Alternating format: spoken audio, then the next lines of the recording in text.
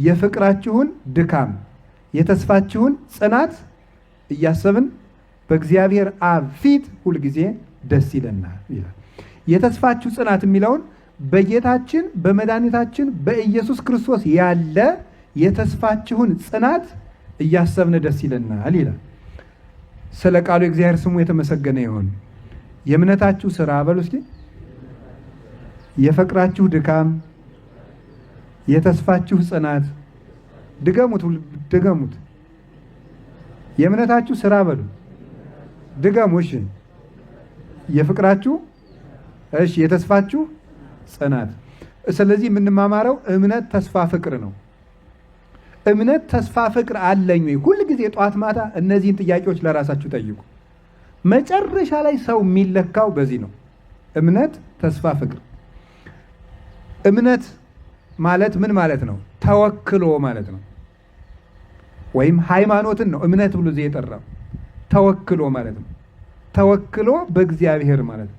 ተወክሎ ማለት በእግዚአብሔር መታመን ማለት ነው። በእግዚአብሔር መታመን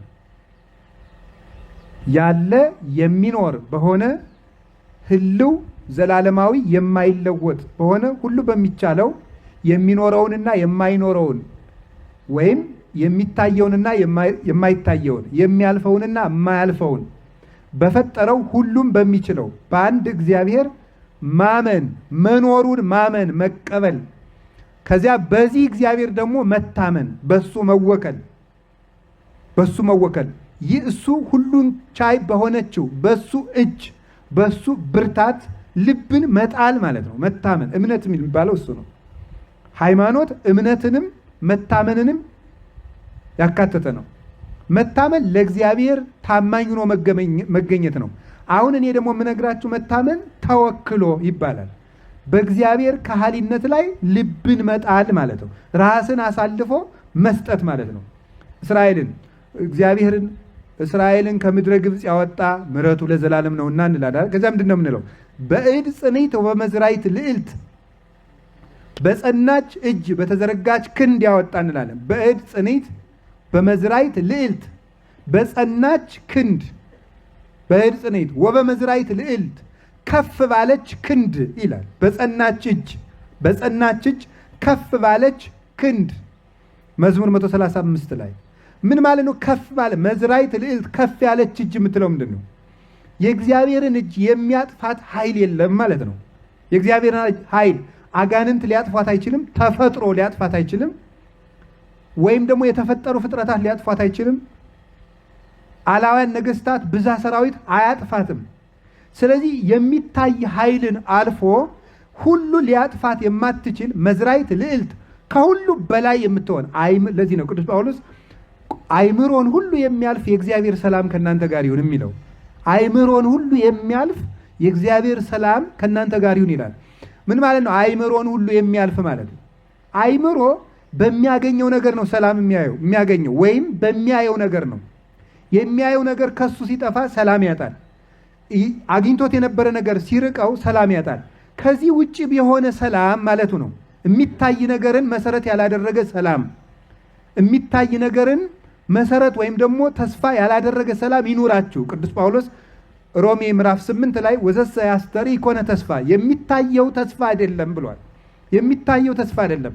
እዚህ ላይ ያልተጣለ ወይም ደግሞ በምናየው ነገር የማይሸበር ሰላም ይስጣችሁ ያለን ለዚህ ነበረ። ስለዚህ የእግዚአብሔር እጅ ከሁሉ በላይ ናት።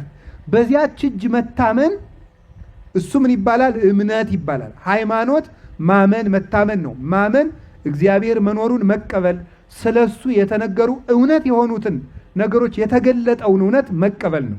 መታመን ደግሞ በዚያ ባለው ህልው በሆነ በእግዚአብሔር ክንድ መታመን ነው። ግድፍ ላይ ለእግዚአብሔር ህሊናከ፣ በእግዚአብሔር ላይ ልብህን ጣል። ወውቱ ይሴሰየከ፣ እሱም ይመግብሃል። ወከንቱ ተአምኖ በሰብ፣ በሰው መታመን ከንቱ ነው። በእግዚአብሔር ንገብር ኃይለ፣ በእግዚአብሔር ኃይልን እናደርጋለን።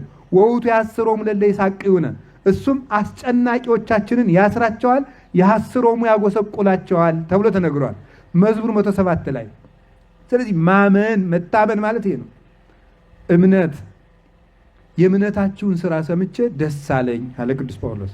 በምታዩት ነገር ተስፋ ስላልቆረጣችሁ፣ የምታዩት ነገር ልባችሁን ሳያቆመው እግዚአብሔርን እየተከተላችሁ ስለሆነ የሚሞተው ስለበዛ፣ የሚገደለው ስለበዛ፣ ፍትህ ስለተጣሰ፣ ጽድቅ ስለጠፋ፣ እውነት የሚፈርዱ ሰዎች ስለጠፉ፣ ክርስቲያን በመሆናችሁ እያለቃችሁ ስለሆነ ተስፋ ሳትቆርጡ ከክርስቶስ ጎዳና ስላላፈገፈጋችሁ የእምነታችሁን ሥራ ሰምቼ ደስ አለኝ ይላል።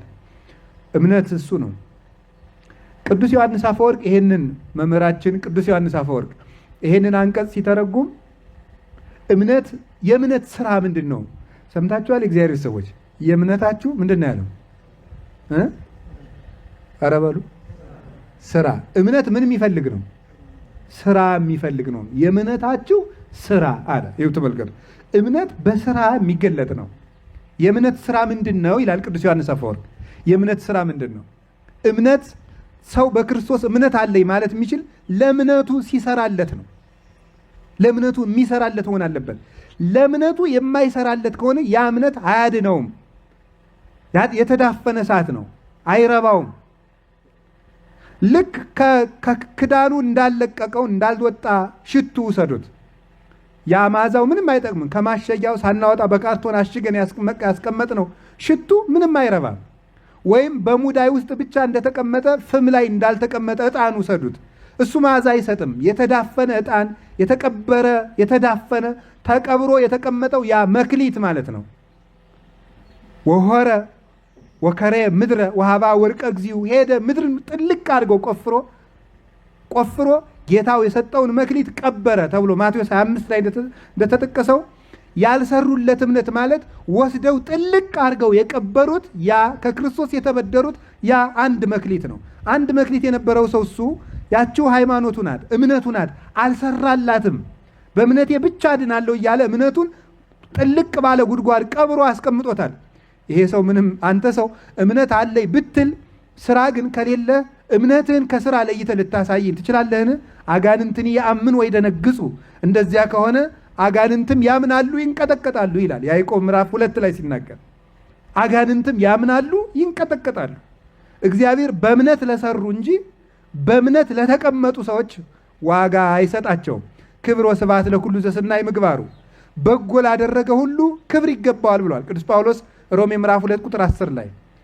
በእምነት በጎ ያደረጉ እንጂ በእምነት የተቀመጡ ሰዎች፣ በእምነት የሚጠሩ ሰዎች ድነትን አያገኙ። የእግዚአብሔርን ስም በከንቱ አትጥራ ማለት እኮ ይሄ ነው።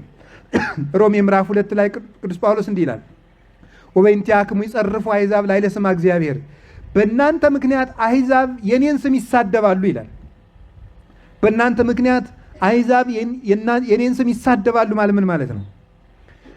በእኔ ስም አምናችሁ በእኔ ስም እየተጠራችሁ ክርስቲያን እየተባላችሁ የእግዚአብሔር ሰዎች እየተባላችሁ ግን የማይገባ ስራችሁ በአሕዛብ ፊት እየታየ ክርስቲያን እንደዚህ ነው እንዴ? እነሱ ነውረኞች የሆኑ እኮ ሃይማኖት ፈጣሪያቸው ነውር ስለሚወድ ነው ተብሎ በእናንተ ተነቃፊ ህይወት የኔ ህይወት ይነቀፋል፣ የኔ ስም ይነቀፋል ብሎናል። እምነት ይሰሩለታል እንጂ አይቀመጡበትም። ጎዝጉዘው የሚቀመጡበት ኮርቻ አይደለም። እምነት የሚሰሩለት እርሻ ነው። የሚያርሱት የሚኮተኩቱት ነው። እምነት ዘር ነው። ክርስቶስ ያችን የስንዴ ቅንጣት ነው በልባችን የዘራት። ያቺ እውነት እላችኋለሁ አለ የስንዴ ቅንጣት ከእርሻ ላይ ካልወደቀች ምን ትላለች ነው ያለ። ዝም ብላ ነው የምትኖረው። ካልወደቀች ፍሬ አይኖራትም። ዮሐንስ ወንጌል ምዕራፍ 12 ላይ የስንዴ ቅንጣት ካልፈረሰች ካልበሰበሰች ፍሬ ሊኖራት አይችልም። አማን ብለክሙ እመሰ የወጥቀት እጠተ ስርናይ ዲበ ምድር ወኢሞተት ባሕቲታ ትነብር ወመሰ ወድቀት ዲበ ምድር ወሞተት ብዙሃ ፍሬ ትፈሪ። እውነት እላችኋለሁ የስንዴ ቅንጣት ከጭቃ ላይ ካልወደቀች አታፈራም። ግን ከወደቀች፣ ከሞተች፣ ከፈረሰች፣ ከበሰበሰች 160 30 ፍሬን ታፈራለች ይላል። ያ የስንዴ ቅንጣት ያለው እምነታችን ነው፣ ሰውነታችን ነው። ምን ብሎ ተናግሯል እሱ? ዘአፈቅረኒ ምን አለ ነው ወዘሰ ዘአፍቀረ ለነፍሱ ለይግድፋ፣ ሰውነቱን የሚወድ ሰው ካለ ይጣላት በገራይተ መስቀል። ዘርን በእርሻ እንደምትጥለው እንዲያፈራ ብለ ሰውነትን በመስቀል እርሻ ጣለው። ወዘገደፋ ለነፍሱ በእንቲአየ ይረክባ፣ ሰውነቱን በገራይተ መስቀል የጣላት ሰው ብርሃን ለብሳ ክብር ለብሳ ዋጋ ተቀብላ ከብራ ያገኛታል ይላል። ስለዚህ እምነት ዘር ነው፣ ሰውነት እርሻ ነው። በዚያ ላይ የሚጣል የሚዘራ የሚኮተኮት የሚሰራለት ነው። ስትሰራው ነው የእምነትህ ፍሬ ይገለጣል። የእምነትህ ፍሬ ደግሞ ቅዱስ ጳውሎስ እንደነገረን ደግሞ የመንፈስ ፍሬ ደስታ ነው፣ የመንፈስ ፍሬ በጎነት ነው፣ የመንፈስ ፍሬ ትዕግስት ነው ብሎ እንደተናገረ ፍሬዎቹ በመላእክት ዘንድ ይለቀማሉ። ሰውነትን እርሻ አድርጋችሁ እምነትን ዘር አድርጉት። በጎ መስራት ደግሞ እርሻ ቁፋሮ ኩትኳቶ አድርጉት። ያን ጊዜ የእምነት ፍሬ ደስታ ይሆናል። እምነት ሲሰሩለት ለአእምሮ ሰላም ይሰጣል፣ ለልብ ደስታን ይሰጣል።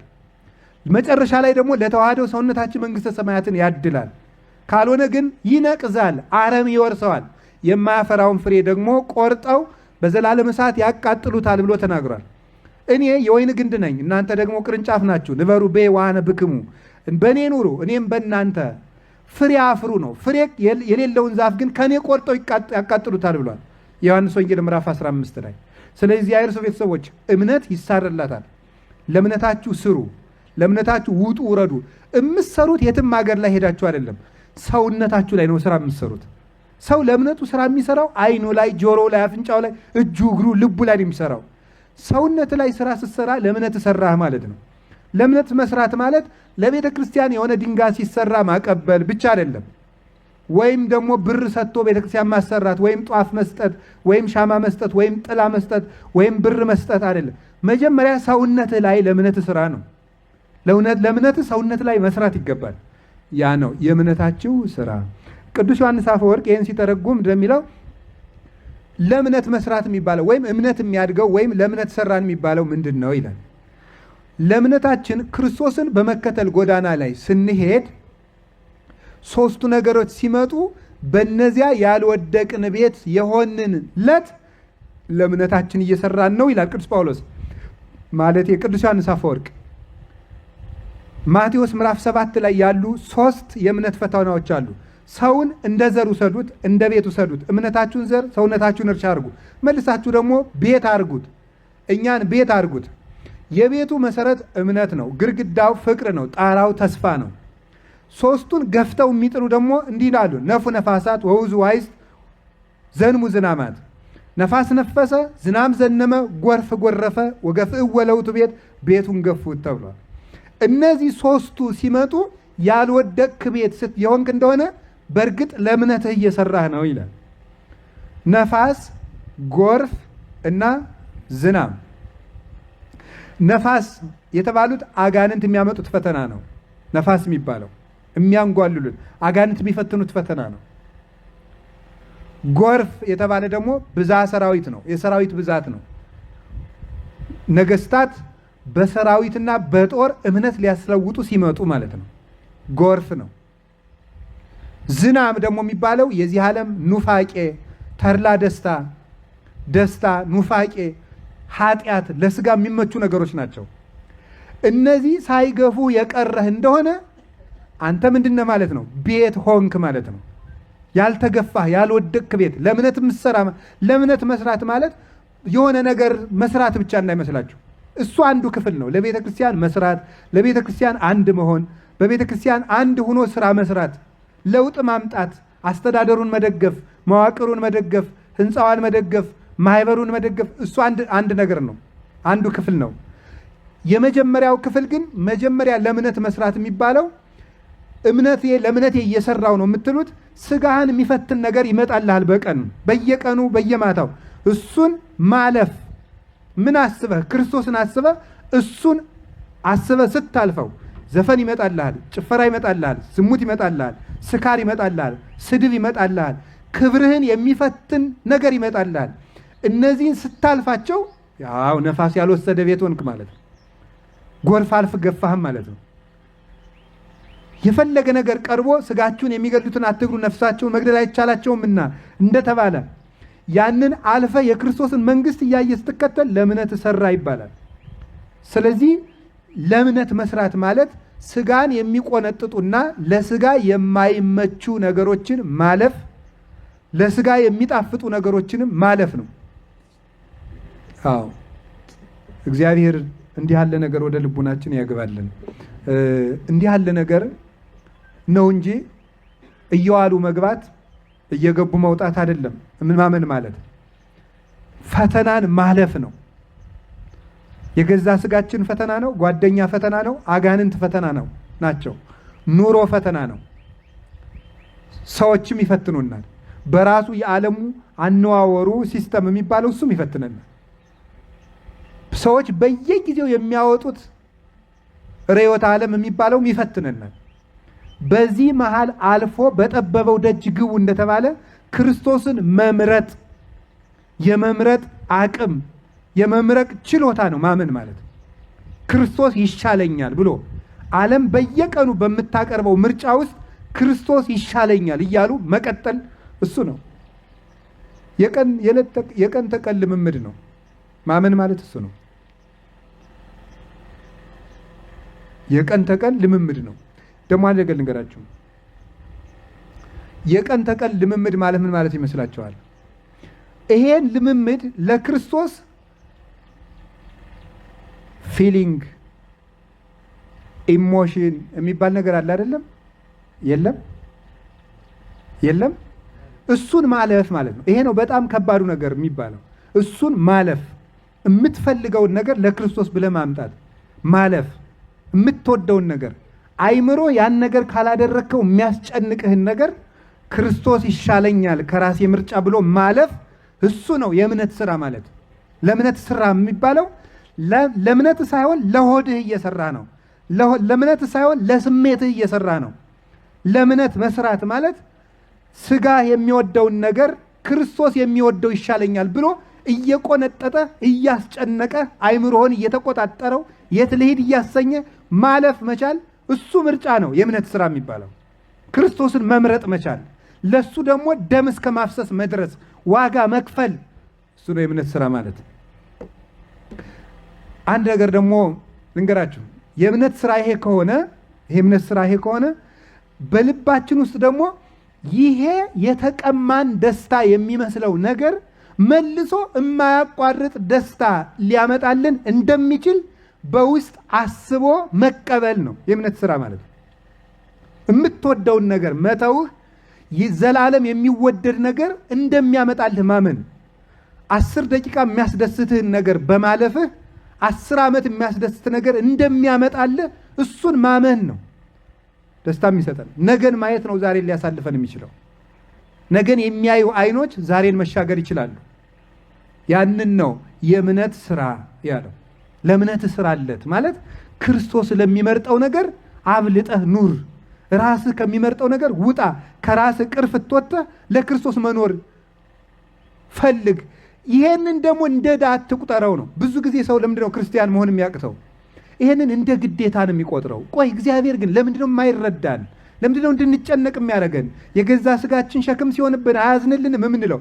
እግዚአብሔር ያንን የሚያደርግበት ወዝንቱ ውእቱ ፈቃዱ ለእግዚአብሔር ተቀድሶትክሙ እምዝሙት። የእግዚአብሔር ፈቃዱ ይህ ነው፣ ንጹህ እንድትሆኑ። ለምን? ያ ንጽህና የማያቋርጥ ሰላም እንደሚሰጠን ያውቃልና እግዚአብሔር። ይሄ ግን የስጋ ፍላጎታችን የደቂቃ የጊዜ ሰላም ሰጥቶ የዘላለም ሐዘን ጥሎብን ሊሄድ እንደሚችል እግዚአብሔር ስለሚያውቅ ነው። እና ቅዱስ ጳውሎስ ወንድሞቼ ይሄን እምላችሁ ስለማዝንላችሁ ነው ያለ። ለዚህ ነው ያደረግናቸው የስጋ ስራዎች የቀን እንኳን የማይሞላ ደስታ ሰጥተው የሰነበተ ሐዘን ጥለው ነው የሚሄዱት። ንጽህና ግን የዘላለም ደስታን እያተረፈ ነው የሚኖር። እና በሞቴ ይውልኝ የመንፈስ ፍሬ ደስታ ነው ያለ ቅዱስ ጳውሎስ። ስለዚህ ነው የመንፈስ ፍሬ ደስታ ነው። አሁን በዓለም ላይ ማንም ሰው ደስታ እየፈለገ ነው ያለ። ደስታ ግን ተቀብራ ያለችው ክርስቶስን መምረጥ ውስጥ ነው። ይሄ የእምነት ስራ ይባላል። ከምትወደው ነገር ሁሉ ይልቅ በየቀኑ ክርስቶስን መምረጥ መቻል የእምነት ስራ ይባላል። ከእንቅልፍ ይልቅ ጸሎትን መምረጥ፣ ከሆድ ይልቅ ጾምን መምረጥ። ስለዚህ የምንወደውን ነገር ለክርስቶስ ብለን መተው እሱ የእምነት ስራ ይባላል። ከዛ እምነቱ እንደሚያዘን መኖር ነው። እሺ፣ በጣም ረጅም ስራ ነው የመረጥኩት። ዶሮ በጋን ወይ ነው ምንድን ነው ወይም የጋኑን በምንቸት ረጅም ርዕሰ ጉዳይ ነው የመረጥኩት። ላሳጥረውና የፍቅር ድካም የሚለውን ልንገራችሁ። የፍቅር ድካም በሉ እንጂ ያው አሁን እግዚአብሔር ያሳያችሁ። እንደው እኮ እግዚአብሔር እንዴት አድርጎ ሊታዘበን እንደሚችል ታያላችሁ። አሁን ሰው የት ተቀምጡ እዛ። እስቲ አሁን ለእምነቱ ነው የሚሰራ ለምኑ ነው የሚሰራ ብላችሁ ጠይቁ። ሰዎች በእምነት እንዳያታልሏችሁ መጠንቀቅ ከፈለጋችሁ ከሚናገሩትና ሰውዬ ለሆዱ ነው የሚሰራው ለእምነቱ፣ ለገንዘቡ ነው የሚሰራ ለገንዘቡ ነው የሚሰራ ለእምነቱ። የሆኑ ሰዎች ልከውት ለነሱ እየሰራ ነው ለእምነቱ። እየከሰሩ እንደመሆን ያለ ችግር አለ እንዴ? ለማን እንደሚሰሩ ሳያውቁ በእምነት እንደሚኖር ያለ ችግር የለም። ለማን እንደሚሰሩ ሳያውቁ ለክርስቶስ እንደሚሰሩ አያውቁ። ቤተ ክርስቲያን ውስጥ የሚመጡ የሚሾሙ አባቶችም ጭምር የሚያባላቸው ምንድን ነው? ለክርስቶስ እንደሚሰሩ አያውቁትም። የማያውቁትን የተናገርኩት የሚያውቁትን አላልኩም። የፍቅር ድካም። የፍቅር ድካም ምንድን ነው? የፍቅር ድካም ማለት ለፍቅር መድከም ማለት ነው። በሉ ሲው ዘመዶች በሉ፣ ለፍቅር ምን ማለት ነው? መድከም። ለምትወደው ነገር ድከምለት ነው። ለፍቅር መድከም። ፍቅራችሁን ሰምቼ ደስ ብሎኛል አላለም። እንደዚህ አላለ ያለው። የፍቅራችሁም ምን ብዬ ነው ያለው? ድካም ሰምቼ ደስ ብሎኛል። ፍቅርማ መፋቀርማ ማንም አይፋቀራል። ሁሉ ይጀምረዋል እኮ ሁሉም ይዋደዳል። ባለዳባም ከባለ ዳባ፣ ባለካባም ከባለ ካባ ይላሉ ሊቃውንቱ። ሁሉም መሰሉን እየመረጠ እኮ ይዋደዳል። ዝንጀሮም ከዝንጀሮ ጋር፣ ጦጣም ከጦጣ ጋር። ለፍቅር በመድከም ግን ሰዎች ይበልጣሉ። ለፍቅር በመድከም ለፍቅር መድከም ማለት ምን ማለት ነው? ይኸውልህ እንዲህ ብሎ ይናገራል። ቆይ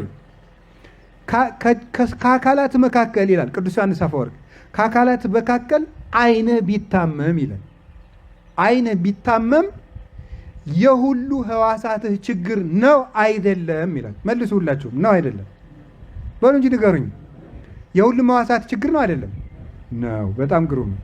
ስለዚህ የፍቅር ድካም ማለት ይላል የሁሉም ሕዋሳትህ የዓይንም ችግር ነው። የዓይን ችግር የጆሮ ችግር ነው፣ የልብ ችግር ነው፣ የኩላሊት ችግር ነው፣ የእጅ ችግር ነው፣ የእግር ችግር ነው። ምክንያቱም ዓይን ጤና ካልሆነ እነዚህ ሁሉ ተፈጥፍጠው ሊሞቱ ይችላሉ ሲራመዱ። ስለዚህ የዓይን ችግር የሁሉ ችግር ነው፣ የሁሉ ሕዋሳት ችግር ነው። እንግዲያውስ ይላል ሁሉም ክርስቲያኖች አንድ የክርስቶስ ሕዋሳት እንደሆኑ ታውቃለህ ወይ ይላል። እንደዚያ ካወቅ የአንድ ሰው ችግር የራስህን ችግር ያህል ከተሰማ ያ ምን ይባላል ይላል? የፍቅር ድካም። ከተሰማ በኋላ ምን ትላለህ? ትደክምለታለህ። መድኃኒት ካለው ሰው ትሄዳለህ፣ ትጠይቃለህ፣ ተግተህ ዓይኔን ካመመኝ ሳምንት ሆነኝ፣ ዓይኔን ካመመኝ ወር ሆነኝ ብለህ ትለፋለታለህ።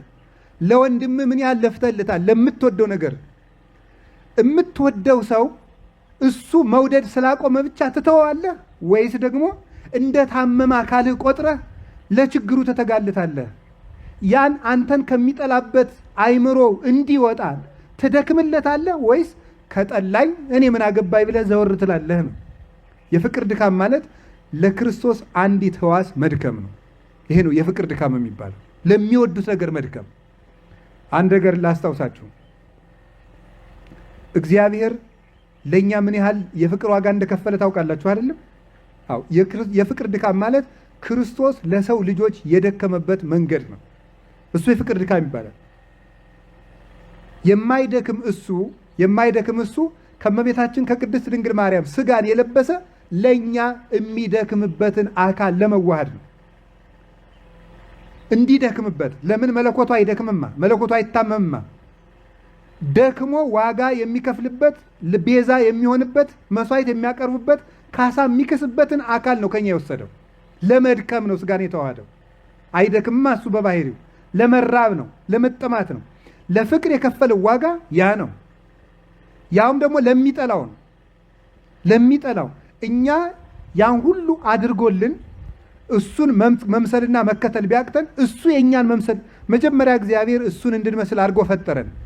እሱን እንድንመስል አድርጎ ቢፈጥረን እሱን መምሰል ትተን አራዊትን መስለን ኖርን። በገዛ ምርጫችን ነው።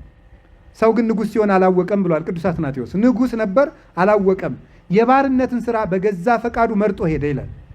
የባርነትን ስራ በገዛ ፈቃዱ መርጦ ሄደ። ያንን ምርጫችን ልብ በሉት። እኔ እንግዲህ እኔ ያላደረግኩልህ፣ እኔ ደገስኩልህ፣ እኔ አለበስኩህ፣ እኔ አከበርኩህ፣ እኔ ሾምኩህ፣ ይሄ ካስጠላህ ለአህያ ማራይ ጥማትም እንደሚሰው እኔ ምን አገባኝ ብሎ እግዚአብሔር ዝም አላለም። እሱን መምሰላችንን ብንተው እኛን ሊመስል መጣ። ወነሳ አርአያ ገብር፣ የባሪያን መልክ ይዞ መጣ ይላል ቅዱስ ጳውሎስ ፊልጵስዩስ ምዕራፍ 2 ቁጥር 8 ላይ ሲናገር የባሪያን መልክ ይዞ ባሪያው የንጉሥ መልክ ቢሰጠው ሊይዘው ስላልቻለ ንጉሱ የባሪያን መልክ ይዞ ባሪያውን ፈለገ።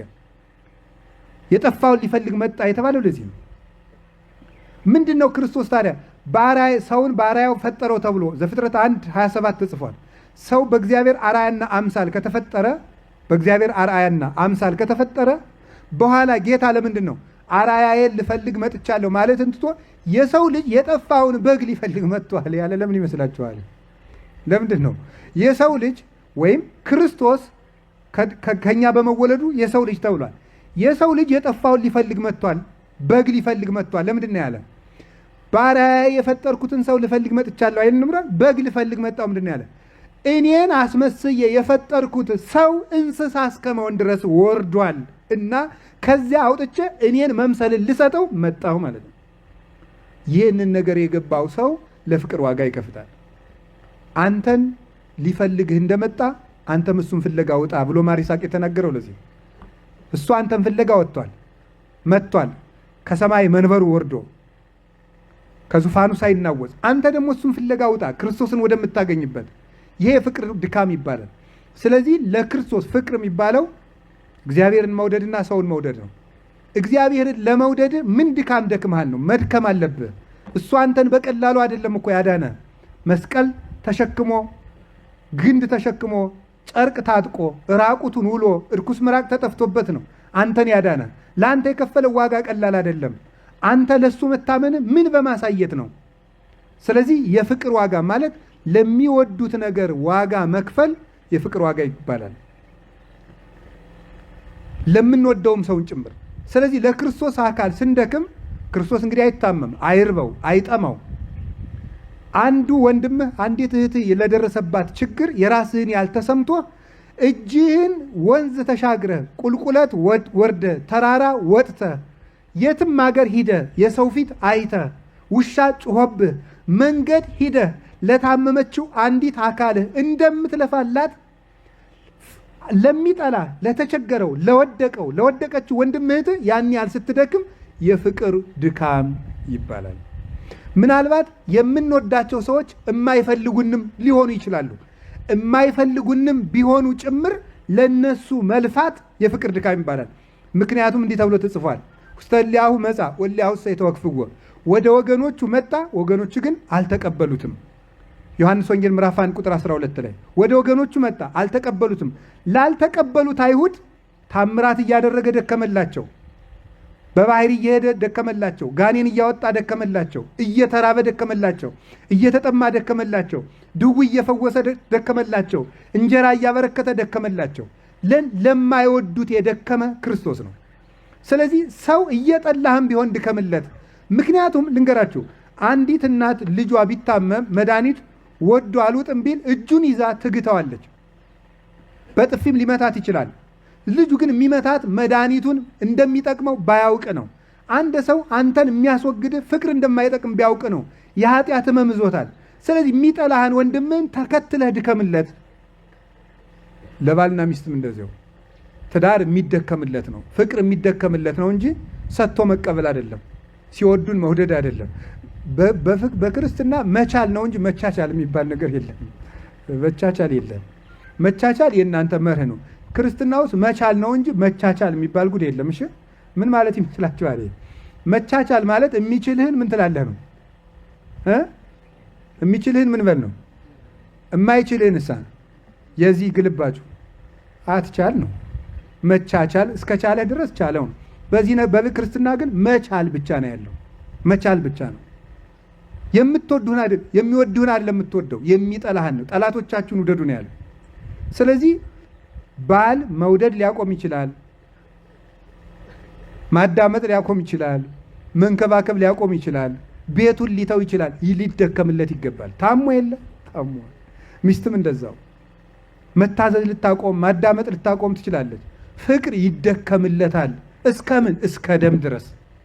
ፍቅር የሚደክሙለት እንጂ እየሰጡ የሚቀበሉት አይደለም። ፍቅር መስጠት እንጂ መቀበል አይደለም። ፍቅር በመስጠት እንጂ በመቀበል አይደሰትም። ፍቅር የራስን ደስታ መፈለግ አይደለም፣ ለሚወዱት ነገር መኖር ነው። ለሚወዱት ነገር አላችሁ እንዴ? አላችሁ? እግዚአብሔር ከሁላችን ጋር ይሁን። አንድ ፈላስፋ የጠየቀውን ጥያቄ ልንገራችሁ። አንድ ሰው አበባ ይወዳል። አበባ ይወዳልና አበባይቱን ቢቆርጣት ይወዳታል አይወዳትም? እና ቢያሸታት በጣም መዓዛዋ መስጦት ቢያሸታት ይወዳታል አይወዳትም? በሉ እንጂ ይወዳታል አይደል? አሁን ነው የገባችሁ። ግን በፊት ይወዳታል ነበር የምትሉ። ይሄን አበባ ወደዋለሁ ስለዚህ ልቁረጥና ምን ልበለው ነው የምትሉ። ማሽተተው ነው። ግን አበባውን የምትወደው ከሆነ ባለበት እንዲቀጥል ምን በል ነው? ፍቀድለት ነው። ስለዚህ የምንወደውን ነገር መጠቀም አይደለም ማክበር፣ እንዲኖር ማድረግ ነው። ለሱ ለምትወደው ሰው ህልውና፣ ለምትወደው ሰው መቀጠል መኖር ነው። ለሚወዱት መኖር ነው እንጂ የሚወዱትን ሰው ለእኔ ኑርልኝ ማለት አይደለም። ይገርማል እኮ። ለሚወዱት ነገር ኢንቨስት ነው የምናደርገው ወይስ የምንወደው መሬት ነው ኢንቨስት የሚያደርግልን? የሆነ ብር ከፈለግ ኢንቨስት ታደርጋለህ እንጂ ባለመሬቱ ነው እንዲህ ለአንተ ኢንቨስት የሚያደርግልን። ስለዚህ እኛ ግን የምንፈልገው ምንድን ነው? የምንወደውን ሰው ነው ዋጋ የምናስከፍለው። ለምንወደው ሰው ሳይሆን ዋጋ የምንከፍለው የምንወደውን ሰው ዋጋ እናስከፍለዋለን። በጣም ነው የሚያስደንቀው። እንጠቀምበታለን እንጂ አንጠቅመውም። እንዲጠፋ ነው የምናደርገው፣ እንዲጎዳ ነው የምናደርገው፣ ከኛ እንዲርቅ ነው የምናደርገው። ፍቅር ይደከምለታል። እምነት፣ ተስፋ፣ ፍቅር ማለት ይሄ ነው። የፍቅራችሁ ድካም እስኪ በሉ እንጂ እና ፍቅር ሲደክሙለት ነው ትርጉሙ የሚታወቀው ነው። አንድ ሰው ምግብ አልጣፍጠኛል አለ። ቅዱስ ዮሐንስ አፈወርቅ ምንድን አለ? አልርብህ ብሎ ነው ያለ። ሲርብህ ምን ይልሃል? ይጣፍጥልሃል። የምግብ ጣዕም የሚታወቀው ሲርብህ ነው። ፍቅር ጣዕም የሚኖረው ሲደክሙለት ነው፣ ሲለፉለት ነው፣ ሲታገሱለት ነው፣ ሲችሉለት ነው፣ ሲታመሙለት ነው። እንዲሁም ቅዱስ ጳውሎስ ምን እንዳለ ሁለተኛ ቆሮንቶስ ምዕራፍ 11 ቁጥር 23 ላይ መኑ ውእቱ ዘይደዊ ወይሐምም አለ። አነ በዚህ ዓለም ደዌ የሌለበት ማን አለ? እኔ ያልታመምኩለትስ ማን ነው? አይገርምም? አየህ፣ ቅዱስ ዮሐንስ አፈወርቅ ወስዶ ምንድን ነው ቅዱስ ጳውሎስን ምን አለ? በዚህ ዓለም የማይታመም ማን ነው? እኔስ ያልታመምኩለት ማን ነው አለ። ቅዱስ ጳውሎስ ለእያንዳንዱ ምእመን ችግር ይታመም እንደነበረ ታውቃለህ። ይሄንን ወስዶ ገላትያ ላይ ምንድን ነው ያለ?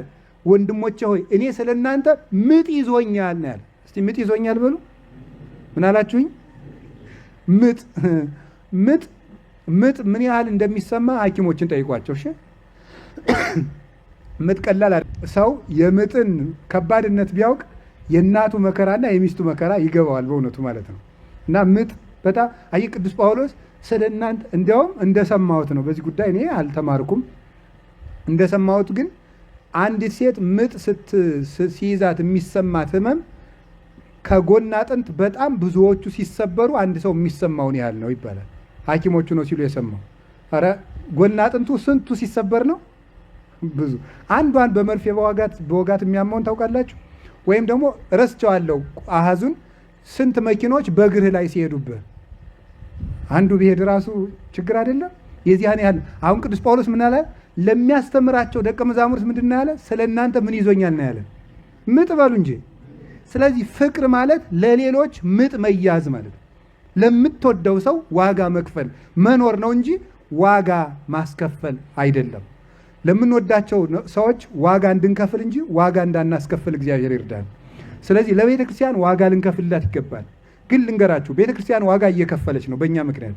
እውነት አስብ፣ በእኛ ስንፍና ቤተ ክርስቲያን ዋጋ እየከፈለች ነው። ልጆቿ የስሜት ድሃ በመሆናችን ለስሜቶቻችን የምንኖር ለዓላማ የማንኖር በመሆናችን ቤተ ክርስቲያን ዋጋ እየከፈለች ነው። ስለዚህ እናት አባቶቻችን ዋጋ ይከፍላሉ። ወገኖች ለፍቅራችን ድከሙ። ጸሎት ትወዳላችሁ? እስኪ ጸሎት የሚወድ እጁን ያወጣ። ጸሎት የሚወድ አትወዱ? ታማችኋል ማለት ነው። ምክንያቱም አንድ ሰው እንጀራ እናብላ ሲባል አልወድም ካለ ምን ብሏል? የምግብ ፍላጎት የበሽተኛነት ምልክት ነው፣ ማጣት። እሺ ጸሎት በሉ። ኧረ ባይሆን እንደው ለስሙም አውጡ እንጂ ኖር አይደለም እንዴ? አውጡ እንጂ አውጡ በሉ። እሺ ቆያል ሻት አውርዱት አንዴ። አሁን አንድ ነገር ልንገረና ወዳችሁ እንድታወጡ ላድርጋችሁ። ጸሎት ማለት ቃል በቃል ሲተረጎም ጸሎት ብሂል ተናግሮ ምስለ እግዚአብሔር። ጸሎት ማለት ከእግዚአብሔር ጋር መነጋገር ማለት ነው። እሺ ከእግዚአብሔር ጋር መነጋገር ትወዳላችሁ አትወዱ? አሁን አውጡሽ። ጥሩ ሆነ ማለት ነው። ሲገባን እኮ ሁሉም ነገር መልካም። በደንብ አውጡ። እሺ አሁን ጸሎት ትወዳላችሁ? ምክንያቱም ጸሎት ማለት ምን ማለት ነው? ተናገሩ በቃላችሁ ሁላችሁ። ጸሎት ማለት ምን ማለት ነው? ስለዚህ ጸሎት ትወዳላችሁ? እሺ የፍቅር ድካም በሉ። አሁን አውርዱ በሉ። የፍቅር ድካም በሉ። ስለዚህ ለጸሎታችሁ ምን በሉለት ነው?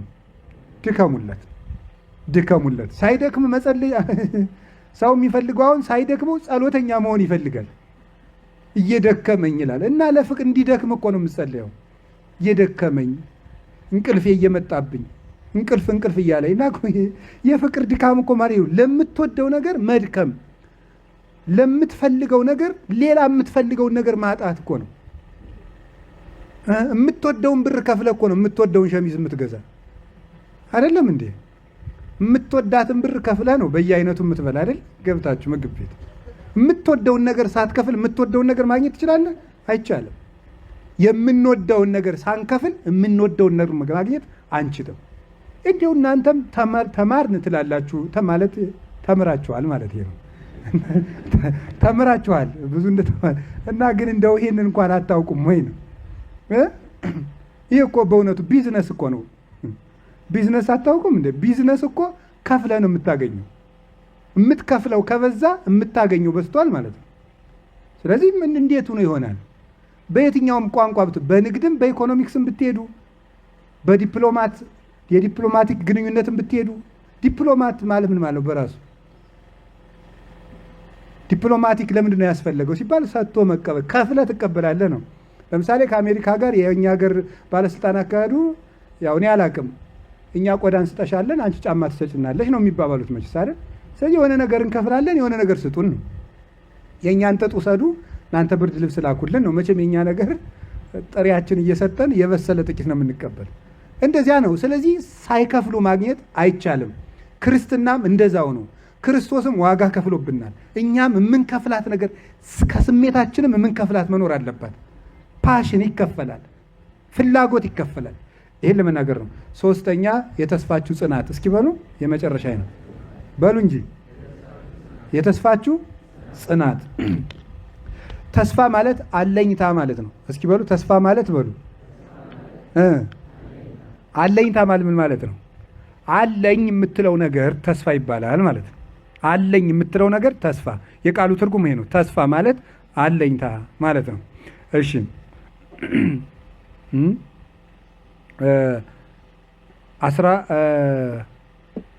12 ሲባዛ በ12 ስንት ነው?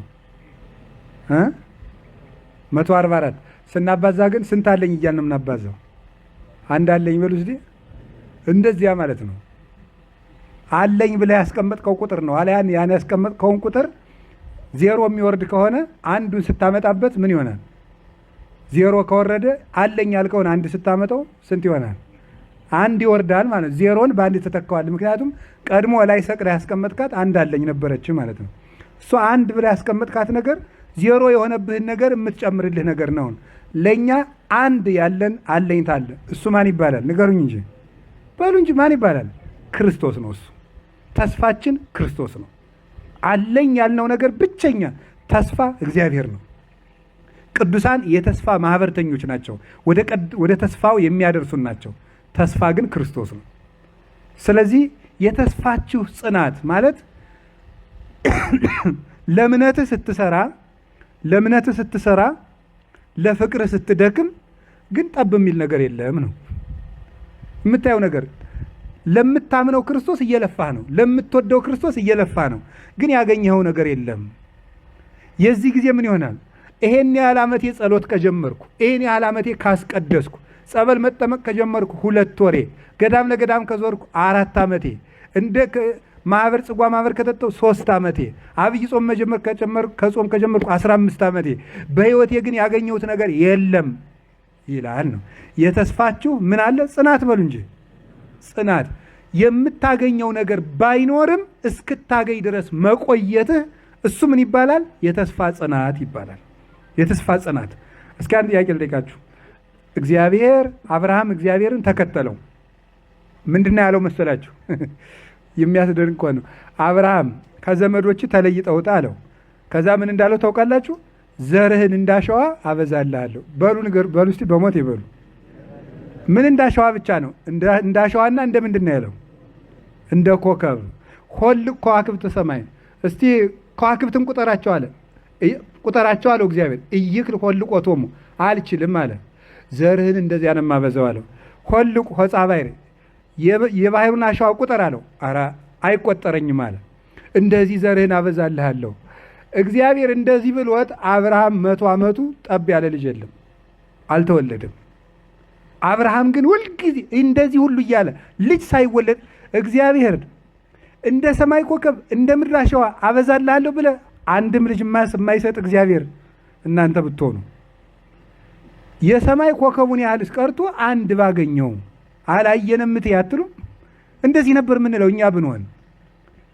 የአብርሃም የእምነቱ ስራ የነበረ አብርሃም አመነ፣ እምነቱም ጽድቅ ሆኖ ተቆጠረለት ይላል። ስለዚህ አብርሃም በእምነት ነው የጸደቀ ይላል። ሞኝ አብርሃም ለእምነቱ የሰራውን ስራ ታውቃለህ? የጸናውን ጽናት፣ የከፈለውን ዋጋ፣ አይምሮውን ማሸነፉን፣ የሚስቱን ተስፋ ማሸነፉን፣ ብቸኝነቱን ማሸነፉን፣ የወጣለትን ተስፋ እኮ እንዳላገኘም ማርና ወተት የምታፈስ ምድር እሰጥሃለሁ ና ውጣ ዘመዶችን ትለ እንኳን ማርና ወተት የምታፈስ መሬት ሊያገኝ አብርሃም ለዕለት እንጀራ አጥቶ ወደ ግብፅና ወደ ፍልስጤም ይሰደድ ነበረ። ግን አብርሃም ከዚህ አልተናወጠም። ብሎ እግዚአብሔር በ100 ዓመቱ አንድ ልጅ ሰጠ። ማን ነው እሱ? ይስሐቅ። ተመስገን። እንግዲህ አንድ ልጅ ነው የሰጠው። ግን እንደ ሰማይ ኮከብ እንደ ምድር አሸዋ ነው ያለው። አንድ ልጅ። ከዚያ 100 ጠብቆ አንድ ማጣት አንድ ችግር ነው። በቦታ ሆናችሁ ታስቡት። ደግሞ ይሄው ልጅ ሲያድግ ደግሞ ከነዚያው እረድልኝ አለው። ይሄ ችግር እኮ ነው። አንዱን ልጁን እረድልኝ እንዴ! ይሄ እንዴ ፋላሲ ይመስላል ወይም ፓራዶክሲ ነው። አንድ ልጅ ዘርን እንደ ሰማይ ኮከብ እንደ ምድር አሸዋ አበዛልሃለሁ ማለት ደግሞ ያን እረድልኝ ማለት ምን አይጋጭም እንዴ? ይጋጫል። ቆይ እግዚአብሔር ምን አርግ ነው የምትለኝ አትሉ? እናንተ ብትሆን ቆይ ምን እንደሆንልህ ነው የምትፈልገው? በእኔ ጭንቀት ደስ ይልሃል አትሉትም? አታኮርፉም በእግዚአብሔር ላይ? ይገርማል እኮ አምክኖ ኑሮ ደግሞ አንድ ልጅ ሰጥቶ ደግሞ እሱንም እረድልኝ። እሺ ይዞ ሄደ።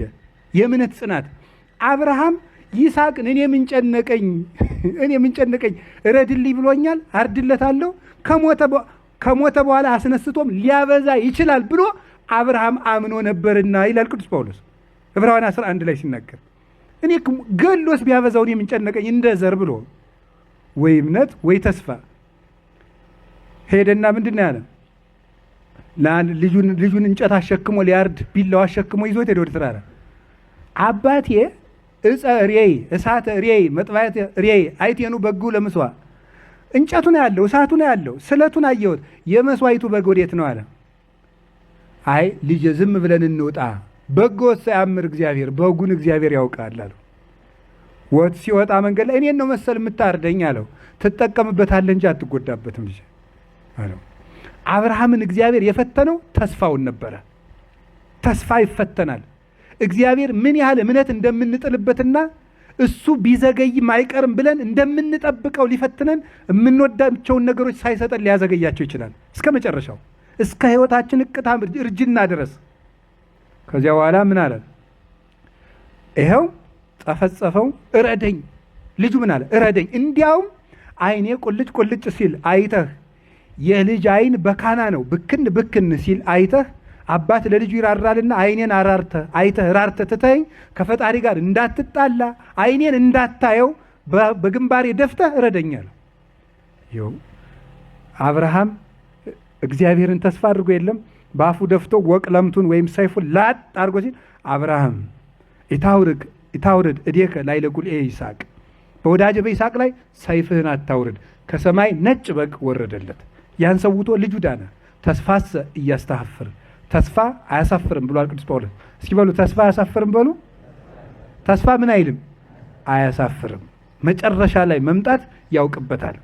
ስለዚህ ተስፋ እንደ አብርሃም ነው የሚባለው ለዚህ ነው።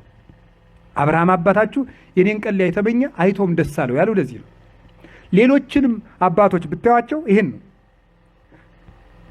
እንግዲህ የእግዚአብሔር ቤተሰቦች እምነት ጽናት ይፈልጋል። እስቲ እምነት ጽናት ይፈልጋል በሉ።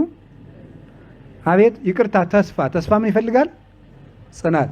እምነት ምን ይፈልጋል? ንገሩኝ አሁን። እምነት ምን ይፈልጋል? አፍ ያላችሁ ሁሉ በሉ፣ ስራ በሉ። እሺ፣ ፍቅር ምን ይፈልጋል? ድካም። ተስፋ ምን ይፈልጋል? ጽናት ማለት ምን ማለት ነው? መቆየት ማለት ነው።